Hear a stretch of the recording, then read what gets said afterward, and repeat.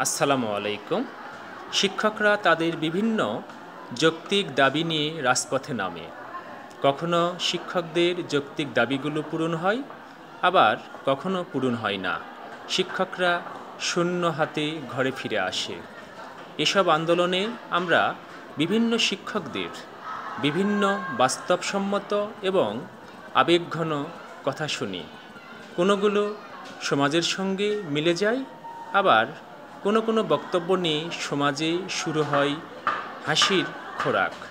অতি সম্প্রতি প্রাথমিক বিদ্যালয়ের এক শিক্ষিকা সে বলছে সে নাকি গত ২০ বছর যাবৎ দেশি মুরগির মাংস খেতে পারেনি।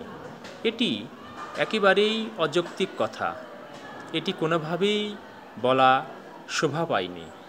একজন প্রাথমিক বিদ্যালয়ের শিক্ষক যদি ২০ বছর ধরে দেশি মুরগির মাংস খেতে না পারে, তাহলে ভাবুন তো কৃষকরা কী অবস্থায় আছে। আরেকজন শিক্ষক বলছে প্রাথমিক বিদ্যালয়ে সে চাকুরি করে, এজন্য সে বিয়ে করতে পারেনি। এই বিয়েটা সেই শিক্ষকের একান্ত ব্যক্তিগত ব্যাপার।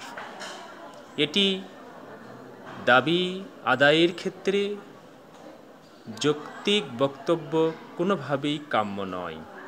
আরেকজন শিক্ষক বলছে তার বেসিক ১১,০০০, এজন্য কোনো কন্যার পিতা তাক দিয়ে বিয়ে দিতে চাচ্ছে না। এটিও একটি নিজস্ব ব্যাপার। আমরা দেখেছি গ্রামে শহরে যেখানেই হোক না কেন, সরকারি যে কোনো চাকুরি করে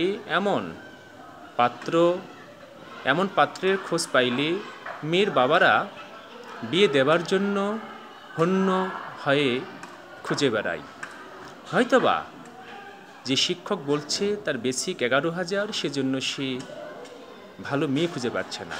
হয়তোবা সে যেমন চাচ্ছে তেমনটি পাচ্ছে না, কিন্তু প্রাথমিক বিদ্যালয়ে চাকুরির জন্য তার বিয়ে হবে না, মেয়ে পাবে না, এটি কোনোভাবেই কাম্য না। এসব বক্তব্য সমাজে হাসির খোরাক তৈরি করছে। শিক্ষক হিসাবে আমরা এসব আন্দোলনে যৌক্তিকতা মেনে, বাস্তবতা মেনে, সত্যতা মেনে বক্তব্য দেব। আমরা আমাদের যৌক্তিক দাবিগুলো আদায়ে আমাদের নিজেদের পারিবারিক, সামাজিক, অর্থনৈতিক অবস্থার বিবরণ দেব, কিন্তু হাস্যরস তৈরি হয় এমন বক্তব্য কখনোই দিব না। একজন শিক্ষক পাঙ্গাস মাছ সম্পর্কেও কথা বলেছে। এটি নিয়ে অনেক কথা হয়েছে। সে বলেছে সে ইলিশ মাছ খেতে পারে না। একটি ভালো মানের ইলিশের কেজি ২,০০০ টাকা। আসলে একজন শিক্ষকের ইলিশ খাওয়াটা সাধ্যের বাইরে, তবু খেতে হয়। কিন্তু খেতে পারবে না এমনটি না।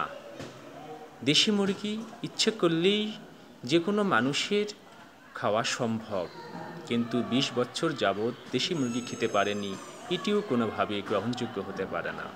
তাই আমরা বক্তব্যগুলো একটু বাস্তবতা মেনে দিব, আর শিক্ষকদের যৌক্তিক দাবিগুলো যেন রাজপথে নামার পূর্বেই পূরণ হয়, এজন্য সংশ্লিষ্ট সকলের প্রতি সদয় আহ্বান জানাই।